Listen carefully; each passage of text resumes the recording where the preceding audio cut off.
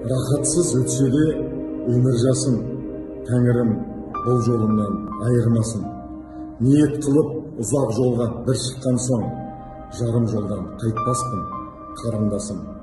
Суда болар бұл жолда, тауда болар, жаудың оғы, жазылған тор, ауда болар. Мынау пайда, ал мынау зиян демек, ерліктің ісі емес, сауда болар. Шаршайтын, шалдығатын жерде болар.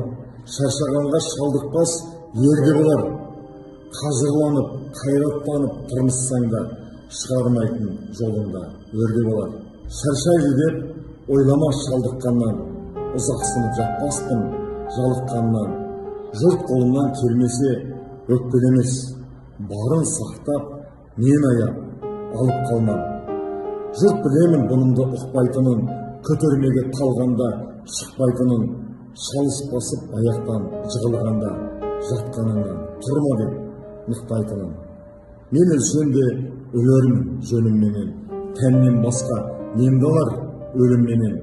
Өлген күні апарып тығары көр, мен жоқ болмам көміліп тәнімменен. Тән көмілер, көмілмес еткен ісім, ойлайтұғын мен емес бір күнгісін. Жұрт ұқпаса ұқпасын, жалықпаймын. Ел бүгіншіл, менікі ертеңшіл. Қайран Ахмет, Қайран Айхан бабаларымыз дәл осылай айтып, осы сөздің аймағынан өздері шыға білді. Алаштың ардақтыларын ешқашан біздің ұмытуға хақымыз жоқ.